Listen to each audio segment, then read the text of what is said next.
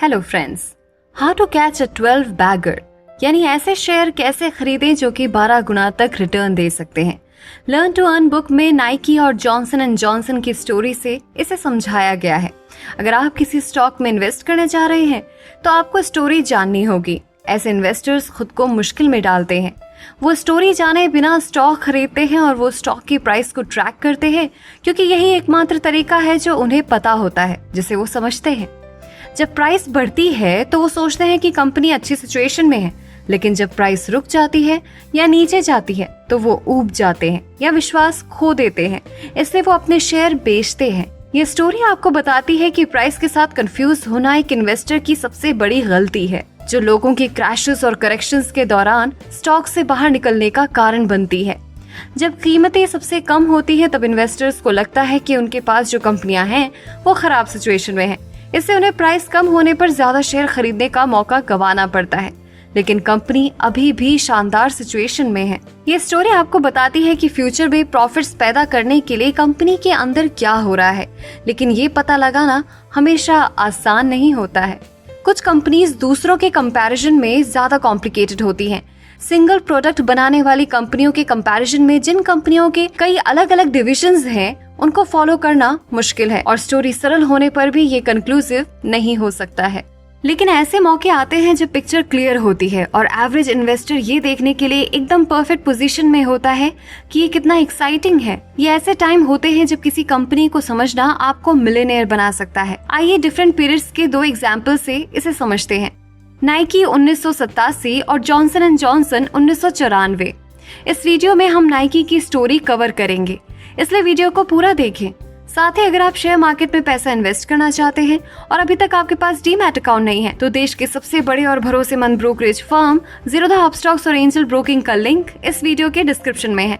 Link पर click कर आज ही अपना डीमैट अकाउंट ओपन करें, जहां पर आपका ब्रोकरेज केवल इंट्राडे ट्रेड में लगेगा, वो भी मैक्सिमम 20 रुपए। इतनी चीपेस्ट ब्रोकरेज रेट और सेफ्टी और कहीं नहीं मिलेगी। तो चलिए शुरू करते हैं।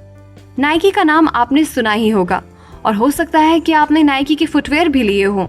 नाइकी एक सिंपल बिजनेस करता है, ये स्नीकर्स बनाता है। फास्ट फूड और स्पेशलिटी रिटेलर्स के साथ ये एक ऐसी कंपनी है जिसे कोई भी फॉलो कर सकता है। यहाँ 3 इंपॉर्टेंट पॉइंट्स हैं।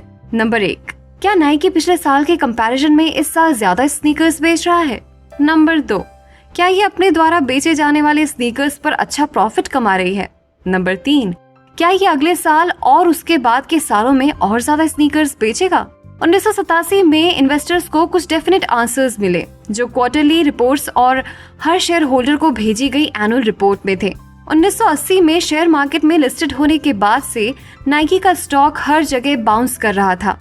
1984 में $5 से बढ़कर 1986 में $10 तक, फिर $5 पर वापस गिरकर फिर 1987 में $10 तक पहुंच गया।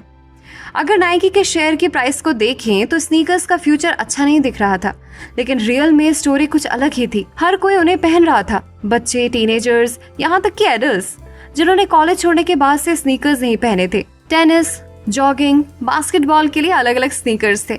आप इसे कुछ भी नाम दें, ये क्लियर था कि स्नीकर्स की मांग बढ़ रही थी और नाइकी एक बड़ा सप्लायर था। फिर भी कंपनी किसी न किसी परेशानी में चल रही थी।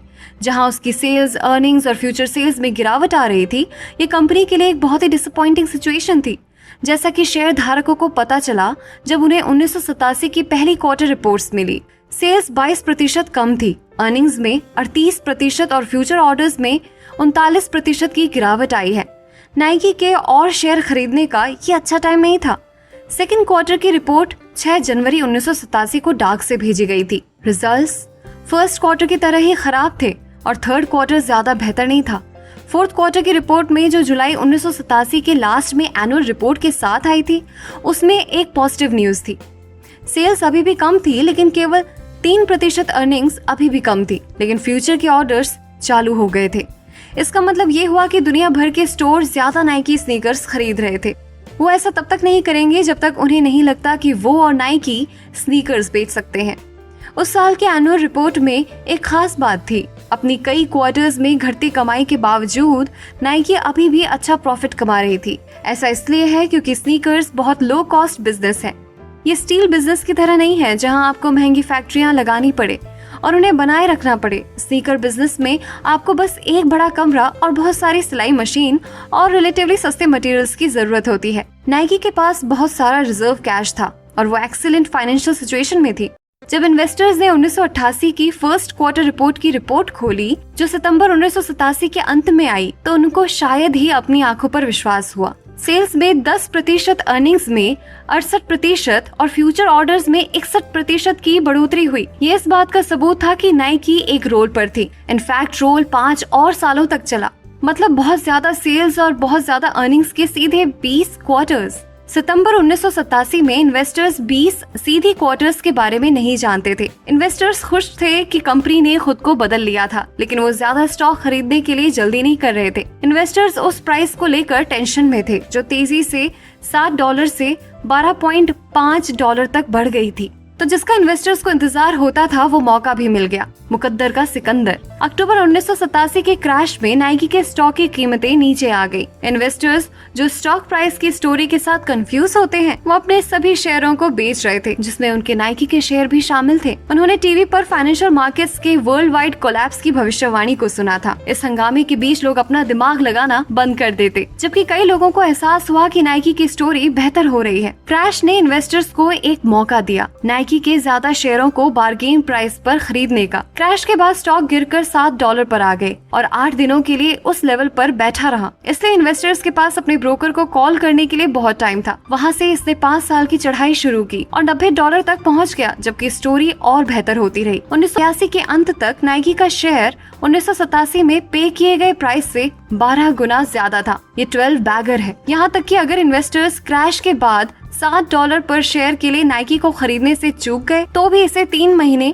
6 महीने या 1 साल बाद खरीद सकते थे, क्योंकि क्वार्टरली रिपोर्ट्स में अच्छे नंबर्स दिख रहे थे। अपने पैसे का 12 गुना बनाने के बजाय इन्वेस्टर्स ने अपने पैसे का 10 या 8 या 6 गुना कमाया होगा। इसी तरह की स्टोरी रिलैक्सो फुटवेयर की है। जूता चप्पल बनाने वाली कंपनी रिलैक्सो फुटवेयर का शेयर इन्वेस्टर्स के लिए करोड़पति शेयर साबित हुआ है। पिछले 11 साल में कंपनी के शेयर का भाव करीब 131 गुना बढ़ गया है। इस लिहाज से अगर किसी ने 10 साल पहले यहाँ 1 लाख रुपए इन्वेस्ट कर इंतजार किया होता, तो उसका पैसा बढ़कर 1,31,00,000 रुपए हो गए होते। रिलैक्सो फुटवेयर के शेयर में पिछले 11 सालों से लगातार तेजी बनी हुई है। इस टाइम ये शेयर 1200 रुपए के आसपास ट्रेड कर रहा है। हालांकि लॉकडाउन के चलते ये कमजोर होकर 650 रुपए के आसपास आ गया था और इन्वेस्टर्स के पास इसे बाय करने का अच्छा मौका था। जनवरी 2010 में रिलैक्सो के एक शेयर का भाव 9.16 रुपए था। वहीं इस टाइम ये बढ़कर 1200 रुपए के भाव के करीब पहुंच गया। यानी बीते 11 साल के दौरान कंपनी के शेयर में करीब 131 गुना की तेजी आ चुकी है। इसमें डिविडेंड और बोनस शेयर अलग है। तो दोस्तों, लास्ट में आपके लिए एक होमवर्क है। आपके पोर्टफोलियो में ऐसा कौन सा शेयर है जिससे आप उम्मीद कर रहे हैं कि ये 12 गुना हो सकता है, और आपको ऐसा क्यों लगता है? मुझे कमेंट कर जरूर बताएं। हम सब मिलके अच्छे शेयरों पर डिस्कस करेंगे। तो दोस्तों, बाकी की बातें टू बी कंटिन्यूड। ये बातें मैंने आपको लर्न टू अर्न बुक से बताई है, जो डिटेल में सिखाती है कि हम शेयर मार्केट में पैसा कैसे इन्वेस्ट कर सकते हैं, वो भी लाइफ को एंजॉय करके। सो आप ये सारी बातें सीखना चाहते हो तो डिस्क्रिप्शन में जाकर बुक खरीद सकते हो। और अगर आप इसी बुक पर अगला पार्ट देखना चाहते हैं तो मुझे कमेंट करके जरूर बताएं। दोस्तों, वीडियो पसंद आया तो लाइक का बटन जरूर दबा दें और हमसे जुड़ने के लिए एफर्टलेस जीके को इंस्टाग्राम पर फॉलो जरूर करें और ऐसे ही काम की बातों के लिए चैनल को सब्सक्राइब करें। साथ ही साथ डिस्क्रिप्शन में दिए लिंक से ज़ीरोधा या अपस्टॉक से अपना डीमैट अकाउंट ओपन करना ना भूलें।